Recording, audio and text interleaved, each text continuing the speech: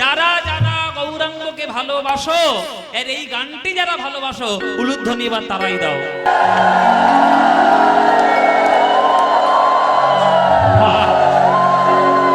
সবাই ভালোবাসে, তাহলে ভালো যখন বাসেন এই গানটা আমার সঙ্গে করতালি দিয়ে আজকের গাইতে পারবেন তো? এমন জোরে জোরে গাইবেন। আমার সঙ্গে দেখা করে একটু আগে দেখা করে এসছে আপনাদের কাউন্সিলর, পৌরসভার কাউন্সিলর। এবার আপনারা এমন জোরে জোরে গান গাইবেন যাতে পুরো সাঁইথিয়া যেন চলে আসে এই গানের মধ্যে। কীর্তন হচ্ছে, মায়েরা বলছে বাবা একেটাই বিপদ হয়েছে, সবাই এসে আবার তুমি ডেকে ডেকে নিয়ে আসছো। প্রাণ খুলে একটু গৌরাঙ্গের নাম গান মায়েরা, সবাই মিলে বলুন ভজ গৌরাঙ্গ কহ গৌরাঙ্গ লহ গৌরাঙ্গের নাম রে। বলো ভজ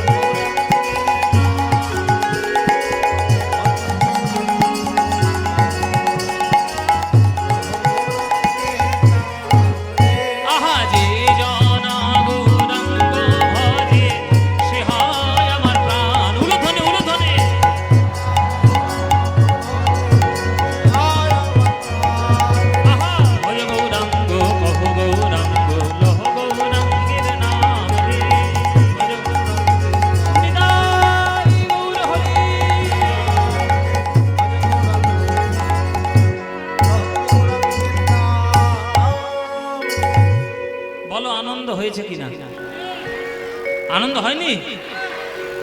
এই আনন্দ আর কোথাও পাবে? এই আনন্দ পেতে গেলে প্রত্যেক বছর এই সাঁইথিয়া রাধা গোবিন্দ মন্দির প্রাঙ্গণে আপনাদের কীর্তন শুনতে আসতে হবে। আসবেন তো? প্রতি বছর আসবেন তো? সব বছর? ব্যাস, আপনারা এলেই আনন্দ হবে। হ্যাঁ কি? হ্যাঁ, আসতে হবে। আর আপনারা এখানে যারা বাবারা আছে বলুন বাবা, কীর্তন গানের থেকে আনন্দ বেশি অন্য কোনো গানে আছে? আছে? আমি 100% গ্যারান্টি দিয়ে বলবো, যতই কাঁচা বাদাম আর ভাজা বাদাম শোনো না কেন, এই গানের মতো আনন্দ আর কোথাও নেই। তাই অপসংস্কৃতিগুলোকে সরিয়ে রেখে সংস্কৃতিগুলোকে আপন করে নিয়ে নিন। একটা গাছের গোড়াকে কেটে দিলে সে গাছের চরিত্র বাঁচবে না, সে গাছ কখনো বাঁচে না।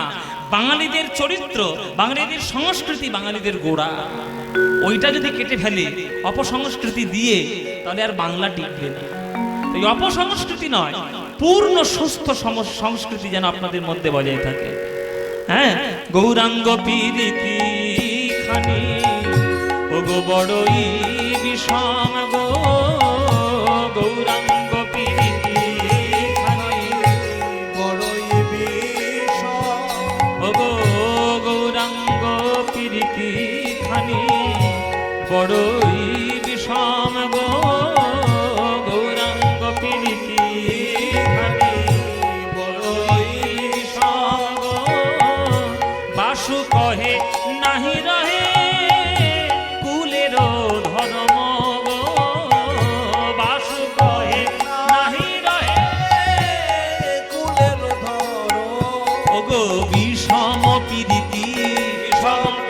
এই যে যাতনা দেয় নীতি নীতি বিষম পীড়িতি, যাতনা দেয় নীতি নীতি ওগো যাতনা দেয় নীতি নীতি বিষম পীড়িতি, যাতনা দেয় নীতি ওগো যাতনা দেয় ওগো দিবারাতি গৌর বলে, যাতনা দেয় নীতি নীতি দিবারাতি গৌর বলে,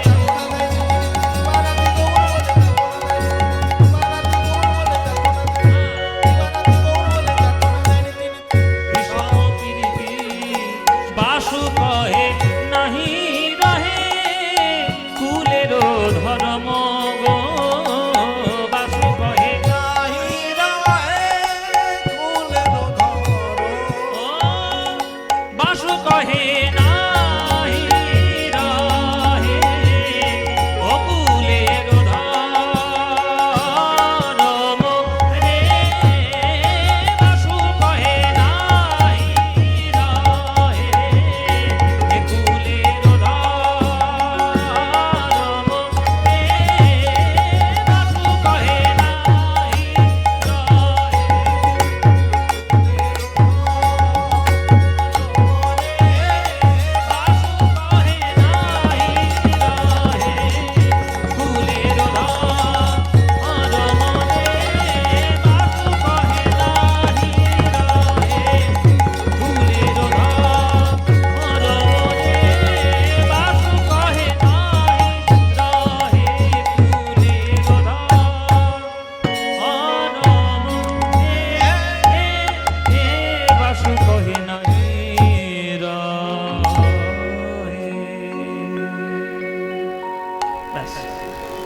আপনাদের কাছে এইবার 2 মিনিট, জাস্ট 2 মিনিট আপনাদের কাছে করজোরে একটা কথা বলবো, হাত জোড়ো করে। যদি আপনারা বলেন নিতাই চাঁদের মতো আপনাদের পায়েও ধরতে পারি, যদি বলেন পায়ে ধরবো, কোনো অসুবিধা নাই। আমার ওসব কোনো সারেগামা উইনার ফুইনার ওসব আমি মানি না, ওসব আমি নিজেকে কখনো মনেও করি না। জানেন সারেগামা উইনার হয়েছে আমার নিতাই চাঁদের কৃপায়, আপনাদের বীরভূমের জন্য। আমি যখন সারেগামাপায় অডিশন দিতে গেছিলাম তখন আপনাদের বীরচন্দ্রপুরে, আমি তো ওখানকারই দীক্ষিত, আমার নাম হচ্ছে, আমি নিতাই বাড়িরই ছেলে, মানে দীক্ষার দিক দিয়ে আর কি। ভজ নিতাই গৌর রাধের শ্যাম জপ হরে কৃষ্ণ হরে নাম, এটা আমারই মন্ত্র। তাই অডিশন দেওয়ার আগে আমি একবার প্রণাম করে গেছিলাম নিতাই চাঁদের, এই 1 চক্রায় প্রণাম করে গেছি। সেই কৃপায় হয়তো নিতাই চাঁদ এটা করে দিয়েছে, এতে আমার কোনো ক্রেডিট নেই। আমার গুরুদেবদের ক্রেডিট, যাদের কাছে গান শিখেছি, আমার বাবা মায়ের ক্রেডিট, হ্যাঁ, আমার নিজস্ব কোনো কৃতিত্ব নেই। আমি একটু চেষ্টা করে গেছি রেওয়াজ টেওয়াজ করার, একটু গান টান করার, আর কিছু না। আমি আপনাদের কাছে হাত জোড়ে করে অনুরোধ করব, সবার কাছে, কলিযুগ তো, কলিযুগের মানুষের একটা বৈশিষ্ট্য হলো ধর্ম থেকে তারা যত দূরে থাকবে তত তারা নিজেদেরকে ধন্য বলে মনে করবে। খুব বাস্তব কথা আপনারা মিলিয়ে নেবেন। দেখবেন টিভিতে বসে বসে বড় বড় যুক্তিবাদী এখন বসে, নানান যুক্তি খাটায় যাতে আপনারা ধর্ম থেকে দূরে সরে আসেন। তারা ধর্মের আসল মানেটাই জানে না। তারা শুধু ধর্ম বলে মানে বা মনে রেখেছে কপালে তিলক দিতে হবে, দাড়ি বড় করতে হবে, ধুতি পরতে হবে, গলায় না, এগুলো ধর্মের, এগুলো বাহ্যিক আচরণ, ওটা ধর্ম নয়। ধর্মর আসল অর্থ হচ্ছে ধারণ করা। ধৃ ধাতু থেকে ধর্মের উৎপত্তি, আর ধৃ ধাতুর অর্থই হচ্ছে ধারণ করা। হাওয়া যেমন শীতলতাকে ধারণ করে, জল যেমন তরলতাকে ধারণ করে, পাথর যেমন কঠিনতাকে ধারণ করে, পশু যেমন পশুত্বকে ধারণ করে, মানুষ যখন তার মনুষ্যত্বটা ধারণ করবে সেটাই হচ্ছে তার ধর্ম, সেটাই হচ্ছে তার আসল ধর্মরূপ। আপনাদের বীরভূম জেলার মানুষ বলে গেছেন, তার নাম হচ্ছে চণ্ডীদাস ঠাকুর, শোনো রে মানুষ ভাই, সবার উপরে মানুষ সত্য, তাহার উপরে নাই। কিসের জাত আর কিসের পাত, নানান কি সব বিদ্বেষ, এসব করলে চলবে না। তাই এখনকার দিনে অপসংস্কৃতিটা ভরে গেছে। আর আমি বলতে বাধ্য হচ্ছি, অপসংস্কৃতিতে কোটি কোটি টাকা খরচা হয়ে যায়, কোন রকম কোনো ভুরু কুচকে যায় না, কোন রকম কোনো দ্বিধাবোধ হয় না, অথচ কোটি কোটি টাকা খরচা হচ্ছে। সাংস্কৃতিক অনুষ্ঠানের নামে তারা অনুষ্ঠান করছে আর পিছনে গিয়ে এই মদ্যপান করছে। এটা কোন ধরনের সাংস্কৃতিক অনুষ্ঠান? এটা কি ধরনের সাংস্কৃতিক অনুষ্ঠান? মদ্যপান করাটা যদি আপনার সংস্কার বলে মনে হয়, তাহলে আপনি জাহান্নামে গেছেন, আপনি জাহান্নামে গেছেন। সেটা কিছু কিছু কীর্তনের আসরেও এখন বর্তমানে হচ্ছে।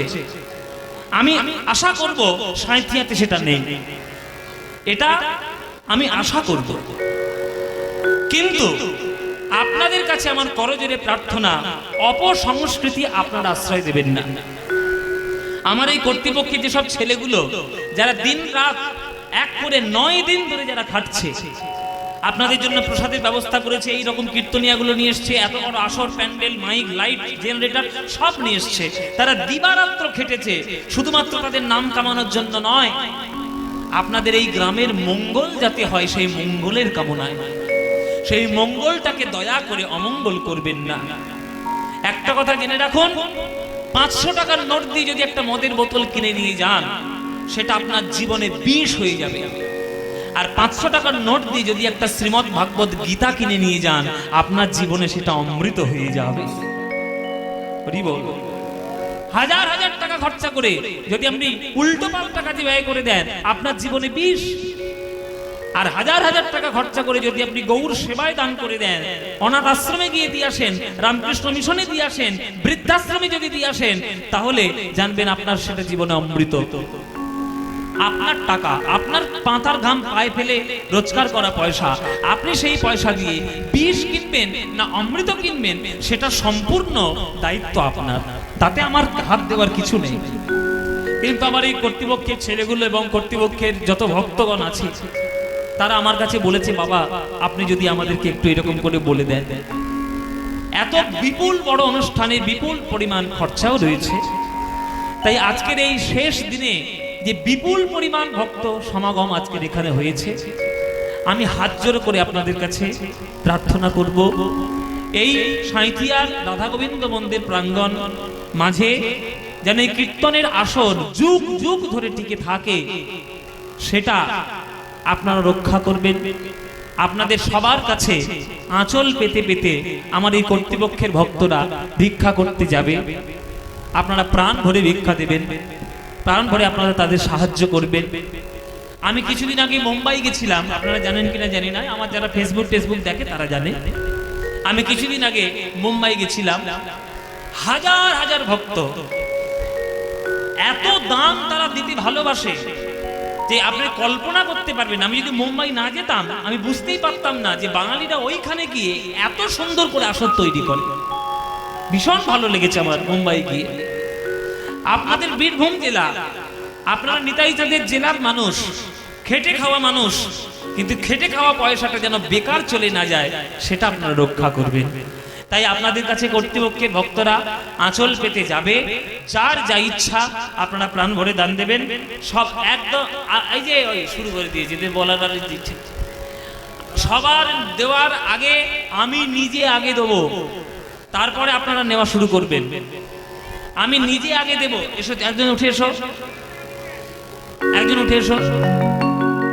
আমার গান শুনে যদি 10 টাকা দেওয়ার ইচ্ছা মনে হয়, আমাকে দয়া করে দেবেন না। দয়া করে আমাকে না দিয়ে আমার যা পারিশ্রমিক সেটা কর্তৃপক্ষ ব্যয়ভার বহন করছে, সেটা নতুন করে আপনাদের কাছ থেকে কিছু কালেকশন করা আমার নেই, দরকার নেই। আমি কখনো করি না। আমি করতাম হয়তো এক সময়, সেটা আমি যখন জানতাম না, বুঝতাম না, সারেগামাপার পরে আমি আর করি না। কোনো দর্শকের কাছ থেকে 10 টাকা আমি নিই না। 10 টাকা যদি আমার দেওয়ার ইচ্ছে হয়, দয়া করে ওই ভিক্ষার আঁচলগুলোতে আপনারা দেবেন দয়া করে। তাতে আমি খুব খুশি হব, তাতে আমার খুব আনন্দ হবে। তাই এইখান থেকে দান দেওয়াটাকে শুরু হবে। নিতাই গৌর প্রেমানন্দে হরি বল। এখান থেকে দান দেওয়া শুরু হলো, এইবার আপনাদের কাছে যাবে। আপনারা যার যেমন ইচ্ছা প্রাণ ভরে একটু দান করবেন। এবার আপনাদের গণতান্ত্রিক অধিকার, আপনারা দেবেন কি না দেবেন সেটা আপনাদের ব্যাপার, আমি তাতে হস্তক্ষেপ করতে পারি না। গৌরচন্দ্রিক আস্বাদন করলাম, এবার আমরা বৃন্দাবনে যাব। যারা গান শুনছেন বৃন্দাবন কারা কারা গিয়েছেন হাত তুলুন। কারা কারা বৃন্দাবনে গিয়েছেন হাত তুলুন। বাহ, অনেকেই গিয়েছেন। বৃন্দাবনে গেলে কি বলে ঢুকতে হয়?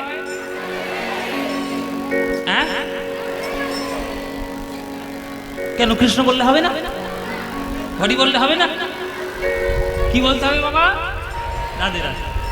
তাহলে চিন্তা করুন রাধা রানীর শক্তি কতখানি, যে নিজের প্রেমের শক্তিতে বিশ্বব্রহ্মাণ্ডের ভগবানকে প্রেমের বশীভূত করে দিয়েছে।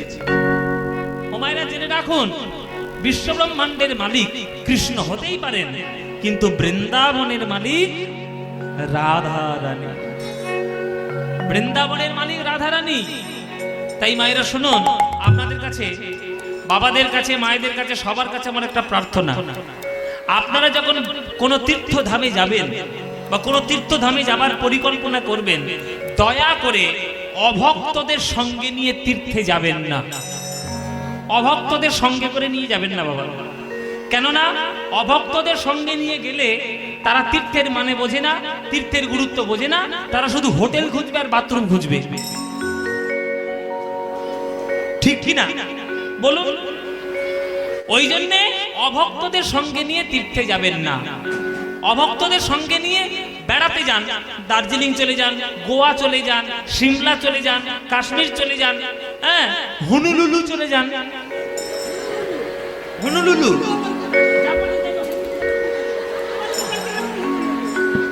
হ্যাঁ মায়েরা, ওই সব জায়গায় যান, দয়া করে তীর্থে যাবেন না। আরে বৃন্দাবনে তো যাবেনই না, কেননা বৃন্দাবনে গিয়ে যদি রাধা গোবিন্দের প্রেমটাকে উপলব্ধি করতে না পারেন, তাহলে বৃন্দাবনে বেকার যাওয়া কোনো লাভ নাই। কেননা গুরুচরণ শরণ নিয়ে যারা সঠিক বৃন্দাবনে প্রবেশ করেছেন, তারা এখনো কৃষ্ণের চরণের নুপুরের ধ্বনি শুনতে পায়। যমুনার তীরে রাধারানীর ডাক এখনো শুনতে পায়, এবং রাধা গোবিন্দের নিত্য লীলা এখনো রোজ হয় বাবা নিধুবনে। সবাই বলুন বৃন্দাবন ধাম কি, বৃন্দাবন ধাম কি, বৃন্দাবন ধাম কি, শ্রীমতী রাধা রানী কি, শ্রীমতী রাধা রানী কি, শ্রীমতী রাধা রানী কি। বলো প্রেম সে রাধে রাধে, বলো রাধে রাধে, বলো রাধে রাধে। বাহ, আপনারা তো উচ্ছ্বাসের সঙ্গে দিলেন, যে শুনেই কত ভালো লাগলো, যেন মনে হলো আমরা সত্যি বৃন্দাবনে আছি। আজকে দেখবো রাধারানীর আক্ষেপ অনুরাগ। এবার জানবো যে অনুরাগ কাকে বলে। সদানুভূতমপি কুর্যান নব নব প্রিয়ম রাগো ভবন নব নব অনুরাগ ইতি রিয়তে। রূপ গোস্বামীর শাস্ত্র বলছে, সদা অনুভব করা সত্ত্বেও প্রিয়তম বা প্রিয়তমাকে যখন নতুন নতুন বলে মনে হয়, তখনই তাকে অনুরাগ বলা হয়। মায়েরা, তোমরা তো সংসার করছো, সংসারের অনুরাগ আর রাধা কৃষ্ণের প্রেমের অনুরাগ আকাশ পাতাল পার্থক্য আছে। দিবারাত্র এক মুখ দেখছো, কর্তার মুখ, দিবারাত্র এক মুখ দেখতে দেখতে চোখে আপনাদের চালসে পড়ে যাচ্ছে। হ্যাঁ, সকাল বিকেল দুপুর সন্ধ্যা রাত দিনে ওই মুখ দেখে দেখে গা জ্বলে গেল। যখন প্রেম নতুন শুরু হয়, তখন কবে কতবার দেখবো সেইটার ভালোবাসার টান থাকে। আর যেই সমস্ত সংসার হয়ে গেল, আপনি তার সঙ্গে বসবাস করছেন, সংসার করছেন 15 বছর, 10 বছর, 20 বছর, পর মুখটা দেখলে এবার গা চিরচির করে জ্বলে উঠছে। ঠিক কি না? বেশিরভাগ ক্ষেত্রে সেটা হয়। কিন্তু অনুরাগ ওটাকে বলে না। অনুরাগ কাকে বলে? দিবারাত্র দেখছেন, সকাল সন্ধ্যা দেখছেন, যুগের পর যুগ দেখছেন, দিনের পর দিন দেখছেন, কিন্তু যতবার দেখছেন ততবার নতুন বলে মনে হচ্ছে, সেটাই হলো অনুরাগ। মানে সোজা বাংলায়, সোজা বাংলা ভাষায় বলতে গেলে, ভালোবাসা যে অনুরাগের টানে বাসি হতে চায় না কখনো, সেটাকেই বলে অনুরাগ। ভালোবাসা বাসি নয়, ভালোবাসা সবসময় টাটকা। মানে রাধারানী সকালে গোবিন্দকে দেখেছেন, দুপুরে সূর্য পূজায় দেখেছেন, বিকেলে উত্তর গোষ্ঠীর সময় দেখেছেন, আবার রাত্রির বেলা কিশোর কুঞ্জে দেখেছেন, কালীয় দমনের সময় দেখছেন, গিরি গোবর্ধনের সময় দেখছেন, নৌকা বিলাসে দেখছেন, দান লীলায় দেখছেন, মান লীলায় দেখছেন, কিন্তু যতবার দেখছেন ততবার রাধারানীর মনে হচ্ছে এই বোধহয় জীবনের প্রথম দেখলাম। এইটা হচ্ছে অনুরাগ। সেই ভালোবাসাটা যাদের মধ্যে হবে তারা প্রকৃত অনুরাগের বিষয় জানবে। তাই রাধারানী আজকে জল ভরতে গেছিলেন ওই যমুনার ঘাটে। সেইখানে কৃষ্ণের রূপ নিয়ে, রূপের ডালি নিয়ে দাঁড়িয়েছিল। কৃষ্ণ রূপের দিকে তাকিয়ে রাধারানী সোনার কলসি একবারে যমুনার জলে হারিয়ে কৃষ্ণ রূপে একবারে ডুবে গিয়ে বাড়িতে ফিরে এসেছে। বাড়ির বউ সোনার গয়না হারিয়েছে, সোনার কলসি, শাশুড়ি ছেড়ে কথা কইবে? কি গো শাশুড়িরা, এই যেখানে যারা শাশুড়ি আছে তাদের বলছি, বাড়ির বউ যদি গয়না হারায়, বাড়ির বউ যদি সোনার রূপ গয়না হারিয়ে ফেলে, সোনার কলসি হারিয়ে ফেলে, তোমাদের গায়ে রীতি জ্বলে উঠবে না? এই যে বৌমা, আমরা কি রাজা জমিদারের মেয়ে নাকি?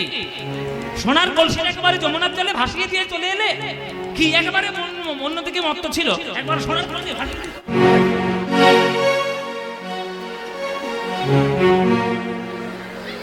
সোনার কলসি হারিয়ে দিয়ে চলে এসছে, একেবারে অলক্ষী মেয়ে কোথাকার। বলবে কিনা বাবা? শাশুড়ি বলবে। রাধারানীকে গালমন্দ করছে দেখে ললিতা বিশাখা ছুটে এসেছে। কি হয়েছে মা, কি হয়েছে, কি হয়েছে, এরকম রাধারানীর সঙ্গে কথা বলছেন কেন? এই দেখো না কি অবস্থা, সোনার কলসি হারিয়ে ফেলেছি। তখন ললিতা বিশাখা বলছে, মা, রাধারানীর বাবা হচ্ছে বৃষভানু রাজা। রাধারানীর শরীরের যা ওজন, সেই ওজনের গয়না রোজ দান করে দেয় লোককে। তাই মা দয়া করে রাধারানীকে এরকম কটু শব্দ বলবেন না। আমরা খোঁজ করে দেখছি যে সোনার কলসিটা রাধারানী কোথায় হারিয়েছে। যদি পাওয়া যায় ভালো, যদি না পাওয়া যায় রাধারানীর বাবাকে বলে আপনার জন্য 10খানা সোনার কলসি এনে দেব। কিন্তু দয়া করে রাধারানীকে এইভাবে কটু শব্দ শোনাবেন না। রাধারানী তো ভদ্র ঘরের মেয়ে, রাধারানী এইরকম কটু শব্দ শুনে অভ্যস্ত নয়। আমরা খোঁজ করে দেখছি যে কোথায় আছে, যদি না পাওয়া যায় আমরা আপনাকে 10টা সোনার কলসি ওর বাবার কাছ থেকে চেয়ে এনে দেব, আমরা কথা দিলাম। বলছে ঠিক আছে, তাহলে তোমরা খুঁজে খুঁজে দেখো। এই বলে সবাই খুঁজতে চলে গেল যে সোনার কলসি কোথায় হারিয়েছে। ললিতা বিশাখা রাধারানীর কাছে এসেছে। মায়েরা মন দিয়ে শুনবেন, এসব পর্যায়ে খুব কঠিন, তো ভীষণ মন দিয়ে শুনতে হবে। ললিতা বিশাখা সে বলছে, দেখ রাধে, আমরা সবাই জানি অল্প দামের বস্তুটা হারিয়ে যায় তখন, কখন বেশি দামের বস্তুটা পাওয়া যায় যখন। তত্ত্বটা ভালো করে শুনবেন বাবা, বিচার করে দেখুন। আমার না আংটি পরার খুব শখ, আংটি ছোটবেলা থেকে আংটি পরার খুব শখ ছিল। পয়সা ছিল না তো, ছোটবেলায় পান্তাই খেতে পেতাম না। হ্যাঁ, নুন আনতে পান্তা ফুড়ে এরকম অবস্থা ছিল আমার ছোটবেলাটা। আর আমার বাবা কাকাদের তারও অবস্থা খারাপ, আর আমার ঠাকুরদা আরো অবস্থা খারাপ। আমার ঠাকুরদাদা প্রচন্ড কষ্ট করেছে, আজকে তিনি নেই। সব থেকে সুখে তিনি মরে গেছেন। একেবারে জল জ্যান্ত মানুষ, কোনো কষ্ট নাই, কিচ্ছু নাই, খেয়ে দিয়ে শুয়েছে, চলে গেছে। ওই রকম মরণ কে না চায়? কষ্টযুক্ত মরণ কেউ চায়? আমার ঠাকুরদাদা প্রচুর কষ্ট করেছে, ভীষণ। সে কষ্টের কোনো তুলনা নেই, সে কষ্টের কোনো সীমা নেই। তো ছোটবেলায় আমার আংটি পরার খুব শখ ছিল। ওই জন্য দশকর্মা ভান্ডারে তামার আংটি পাওয়া যায় না, ছোট ছোট তামার আংটি, ওইগুলো পরতাম আঙুলে, ভালো লাগতো। তারপরে অষ্টধাতুর আংটি, ওইগুলো। এবার একটু যখন পয়সা এলো তখন অষ্টধাতু সরে গেল, রূপোর আংটি এলো। আরেকটু যখন পয়সা হলো, রূপোর আংটি সরে গেল, সোনার আংটি এলো। বাবা, আরেকটু যখন পয়সা হলো, সোনা সরে গেল, হীরের আংটি এলো। তাহলে ধীরে ধীরে হারিয়ে যাচ্ছে কেন? অল্প দামের বস্তুটা হারিয়ে যাচ্ছে কখন? যখন দামি বস্তুটা ঘরে ঢুকছে। তাহলে রাধে একটা সোনার কলসি তুই হারিয়ে দিয়েছিস যমুনার জলে, সোনার কলসি। তাহলে আমাদের মনে হয় সোনার কলসির থেকেও কোটি গুণ দামি জিনিস তুই পেয়েছিস, তাই তুই সোনার কলসি যমুনার জলে হারিয়ে দিয়ে এসেছিস।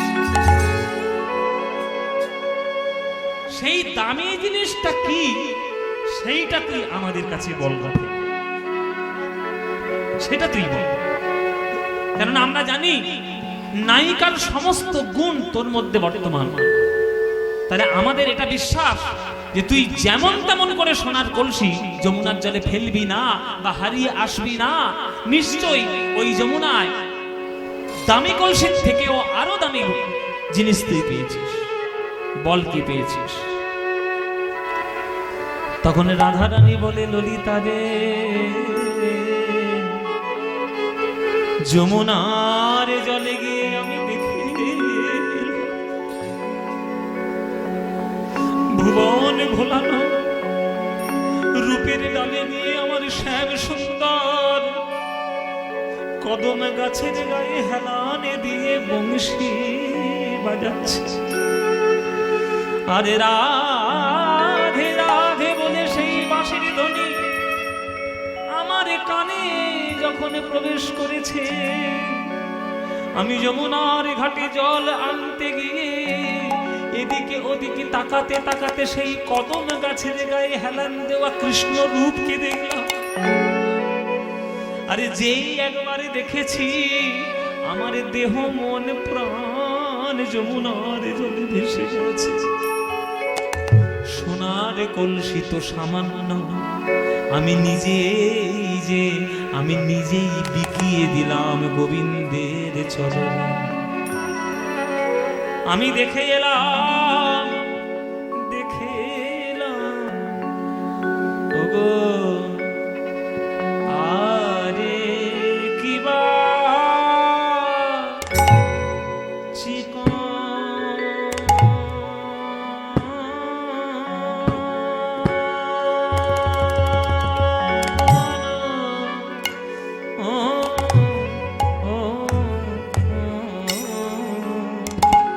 চিকন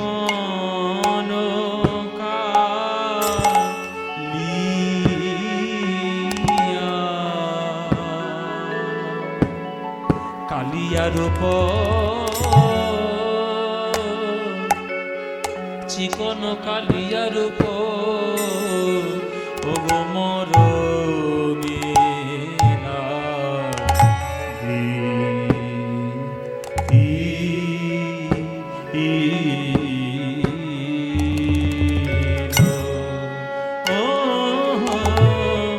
আরে কি ভগবানে কিবা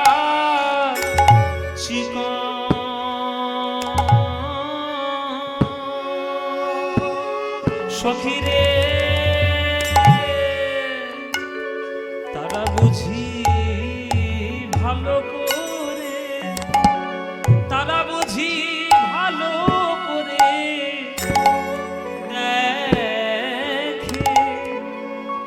দেখে নাই, দেখে নাই, দেখে নাই গো, ও গোবারে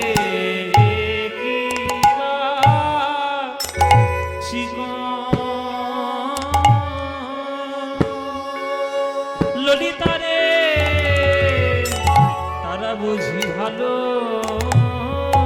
করে, তারা বুঝি ভালো করে দেখে, দেখে নাই, দেখে নাই, দেখে নাই গো। কারা? ওগো যারা, ওগো যারা কৃষ্ণ কালো বলে গোবিন্দের আলো,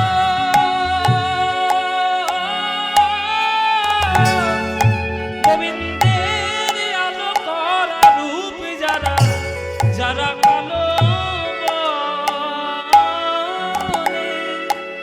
গৌরী তিয়ট, তিয়ট তালের গান। প্রাচীন গান, এই হচ্ছে আসল কীর্তন গান। আলো করা রূপ যারা, ওগো যারা কালো মনে, গোবিন্দের আলো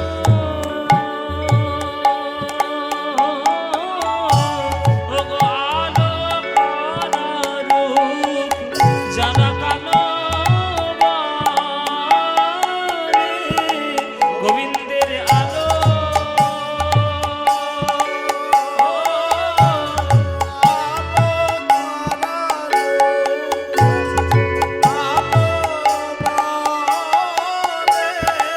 গোবিন্দের আলো আলো করা রূপ ওগো কালো মনে, গোবিন্দের আলো আলো করা রূপ কালো মনে, গোবিন্দের আলো। দেখুন 14 মাত্রা গৌরী পিয়ট 6-4-4 ছন্দ।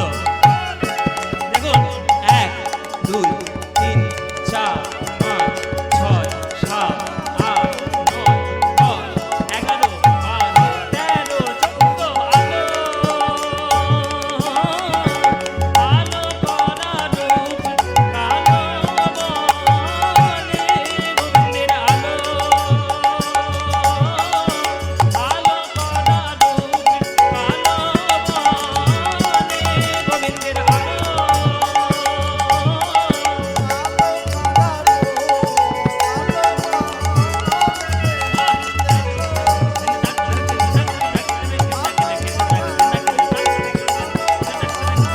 করা রূপ কালো মনে, গোবিন্দের আলো আলো করা রূপ কালো মনে, আলো করা রূপ কালো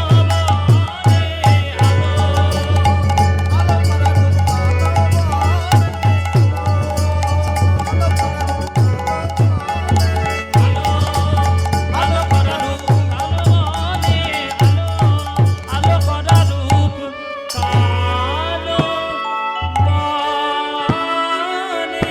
তারা বুঝি ভালো করে দেখে নাই ওগো বারে কিবা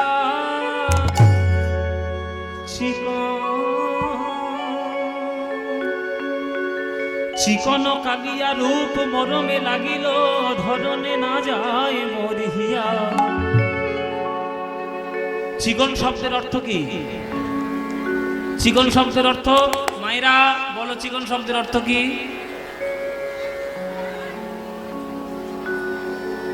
চিকন শব্দের অর্থ কি মায়েরা?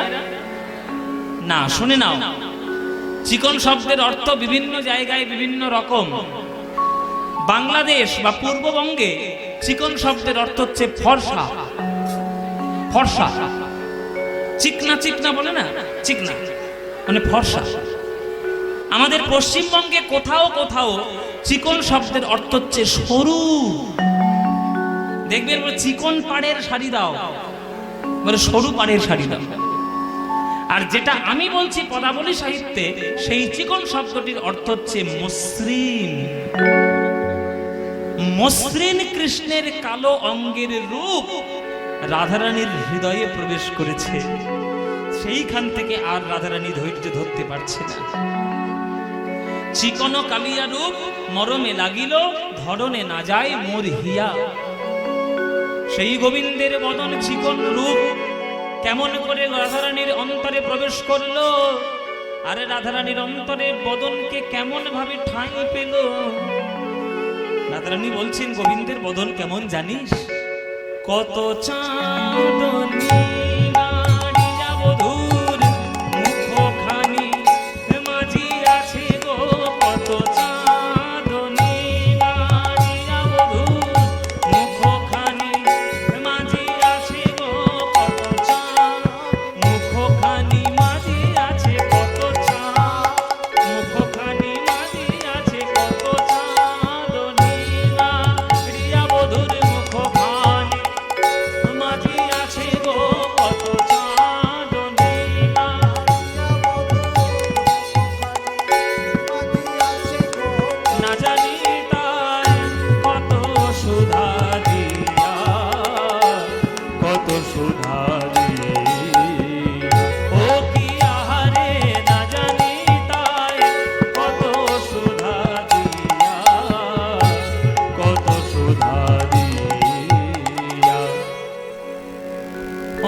আকাশের চাঁদ। আগেকার দিনে আকাশের চাঁদকে বলা হতো অমৃতের রসগোল্লা। রসগোল্লা চিপে ধরলে কি বেরোবে? রস। আগেকার দিনের লোকেদের বিশ্বাস ছিল যে চাঁদকে চিপে ধরলে অমৃতের বিন্দু বেরোবে। আর লক্ষ লক্ষ কোটি কোটি চাঁদের অমৃত বিন্দু দিয়ে যেন গোবিন্দের মুখখানিটা মাজা হয়েছে। আহা, কি সাহিত্য, কি পদাবলী!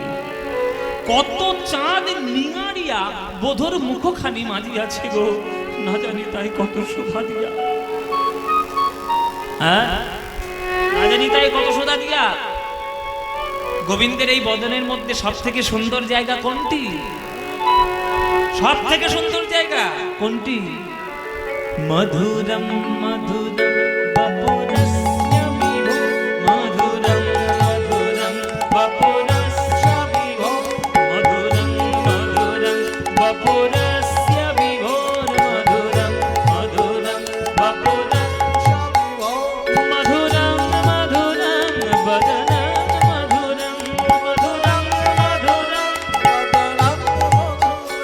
মধুগন্ধি মৃদু স্মিতমে তদহো, মধুগন্ধি মৃদু স্মিতমে, মধুরম মধুরম মধুরম মধুরম মধুরম মধুরম মধুরম মধুরম মধুরম মধুরম মধুরম।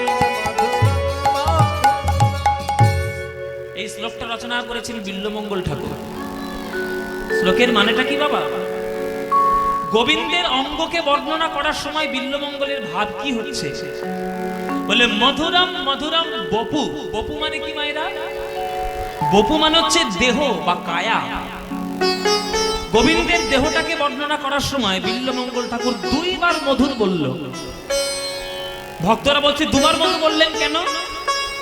বিল্বমঙ্গল বলছে যে যার নামেই এত মধু যে ঘরে থাকতে দেয় না, হাজার হাজার ভক্ত এসে সাঁইথিয়ায় উপস্থিত হয় কীর্তন শোনার জন্য, তার দেহটাকে বর্ণনা করতে গেলে একবার মধু বললে কি মনের আশা মেটে গো?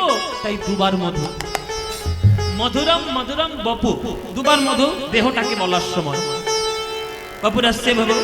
এবার মধুরম মধুরম বদনম মধুরম। গোবিন্দের বদনটা আরো দামি, তাই আরো দামি বদনটাকে বলার সময় তিনবার মধু বলল। মধুরম মধুরম বদনম মধুরম। বদনটা আরো মধুর। আর সেই মধুরের মধ্যে, সেই বদনের মধ্যে আরো মধুর কোনটা? মধুরম মধুগন্ধি মৃদু স্মিতমে তদহো। যেখানে গোবিন্দের ঠোঁটের মুচকি হাসি, যেখানে অধর সুধা পাওয়া যায়, যেখানে বাঁশি বাজে, যে বাঁশির থেকে 6 রাগ 36 রাগিনীর জন্ম হয়ে যায়, সেই গোবিন্দের অধর সুধা যেখান থেকে ঝরে পড়ে, সেই অধর হচ্ছে, অধরের কুল দুটি হলো সব থেকে সুন্দর। তাই 4 বার মধু বললেন। মধুরম মধুরম মধুরম মধুরম। ও মায়েরা, বুঝতে পেরেছ? আমি আগেই বলেছি আক্ষেপণটা কঠিন জিনিস, সবার বোঝার জন্য নয়। গোবিন্দের দেহটা বলার সময় দুবার মধুর, গোবিন্দের বদনটা বলার সময় 3 বার মধুর, আর গোবিন্দের হাসিটা বর্ণনা করার সময় 4 বার মধুর। মানে গোবিন্দের এই ঠোঁটের হাসি যে একবার দেখবে, আর জগতের অন্য কোনো নায়কের দিকে তাকাতে ইচ্ছে হবে? ইচ্ছে হবে মায়েরা? জগতের মধ্যে সব থেকে সুন্দর কোনটা? ফুল। ফুলের মধ্যে আরো সুন্দর কোনটা? ফুলের পরাগ। আর পরাগের মধ্যে আরো সুন্দর কোনটা? ফুলের মধু। ফুলের মধুটাই যেমন জগতের সব থেকে দামি, সবাই পারবে না সেই মধুটা নিতে। আপনি হাজার চেষ্টা করলেও ফুল থেকে মধু তৈরি করতে পারবেন না। মধু তৈরি করার জন্য মৌমাছির প্রয়োজন হবে। মৌমাছি আসবে, ফুলের উপরে বসবে, সেই রেণু পরাগ পান করবে, সেটা তাই চাকের মধ্যে বমনের মাধ্যমে মধুরূপে নিষ্কাশন করবে, তবে সেই মধুটা আপনি পান করে গোবিন্দের চরণের সেবায় লাগাতে পারবেন। তাই মধু যেমন সবার ভাগ্যে তৈরি করা সম্ভব নয় কেবলমাত্র মৌমাছি, তেমনি গোবিন্দের অধর সুধা পান করার মতো সবার ভাগ্য নাই। গুরুপাদ পদ্ম স্মরণ করে সঠিক ভজন সাধনার মাধ্যমে যে ওই মৌমাছি রূপী ভক্ত হতে পেরেছে, তারাই কেবলমাত্র গোবিন্দের অধর সুধা পান করতে পেরেছে, আর কেউ নয়। তাই পদকর্তা বলছেন, অধরের দুটি কুল চিনিয়া বাঁধুলে ফুল, অধরের দুটি কুল চিনিয়া বাঁধুলে ফুল, অধরের দুটি কুল চিনিয়া বাঁধুলে ফুল, অধরের দুটি কুল চিনিয়া বাঁধুলে ফুল। হাসি খানি তাহাতে মিশায়, হাসি খানি তাহাতে ওই নবীন মেঘের পরে বিজরি প্রকাশ করে, নবীন মেঘের পরে যদি প্রকাশ করে নবীন মেঘের, নবীন মেঘের, নবীন মেঘের পরে বিজরি প্রকাশ করে, নবীন মেঘের পরে যদি প্রকাশ করে আমার জাতি কুল মজাইল তাই, জাতি কুল মজাইল তাই, জাতি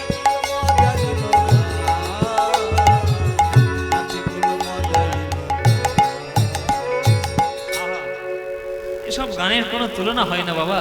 এসব পদ, এই যে কি বলবো, এর বর্ণনা করা যাবে না। বলছে অধরের দুটি কুল জিনিয়া বাঁধুলি ফুল, হাসি খানি তাহাতে মিশায়। ও মায়েরা, গোবিন্দের কোনোদিন দেখেছো কোনো ছবি গোমড়া মুখ হয়ে থাকতে? মানে মুখটা এরকম মুখ দেখেছো কোথাও? ও মায়েরা, গোবিন্দের কখনো এরকম মুখ দেখেছো? এইরকম মুখ নায়কের হয়। নায়কের মুখের মধ্যে সবসময় একটা হাসি লুকানো থাকবে, এমন হাসি লুকানো থাকবে যে হাসির দিকে তাকালে সবাই কুপকাত। নায়িকারা তো কুপকাত হবেই, তার সঙ্গে জগতে যে দেখবে সে কুপকাত। তা জগতের যত নায়ক রয়েছে সবার থেকে পরম নায়ককে, সবার থেকে বড় নায়ককে কৃষ্ণ। কৃষ্ণের থেকে কোনো বড় নায়ক আছে নাকি? তার মুখে কোনোদিন দেখেছো মুখটা গোমড়া মুখ হয়ে থাকতে? গোবিন্দের ঠোঁটের কোণে সবসময় মিষ্টি মুচকি হাসি। আর এই হাসিটা হাসতে গিয়ে যখন গোবিন্দের দাঁতের শোভাটা দেখা যাচ্ছে, মানে হাসতে গেলে তো মাঝে মাঝে দাঁতও দেখা যায়, গোবিন্দের দন্ত রাশি যখন ঠোঁটের ফাঁক থেকে দেখা যাচ্ছে, তখন মনে হচ্ছে কি জানো, একেবারে কালো মেঘের মাঝখান থেকে যেন বিদ্যুতের জলকানি দিচ্ছে। আকাশের মেঘ যতই কালো হোক, তার মধ্যে থেকে যে বিদ্যুতের ঝলকানিটা বেরোয়, সেই একটা বিদ্যুতের ঝলকানিতে জগৎ চকচক করে ওঠে, ঝকঝক করে ওঠে। তেমনি গোবিন্দের এই দাঁতের, ওই ঠোঁটের ফাঁক থেকে দাঁতের শোভা যখন দেখা যাচ্ছে, তখন ভক্তর হৃদয়ের মধ্যে সকল কালিমা দূর করে দিয়ে ভক্তের হৃদয় যেন ঝকঝক করে উঠছে, চকচক করে উঠছে, সকল কালিমা যেন দূর হয়ে যাচ্ছে।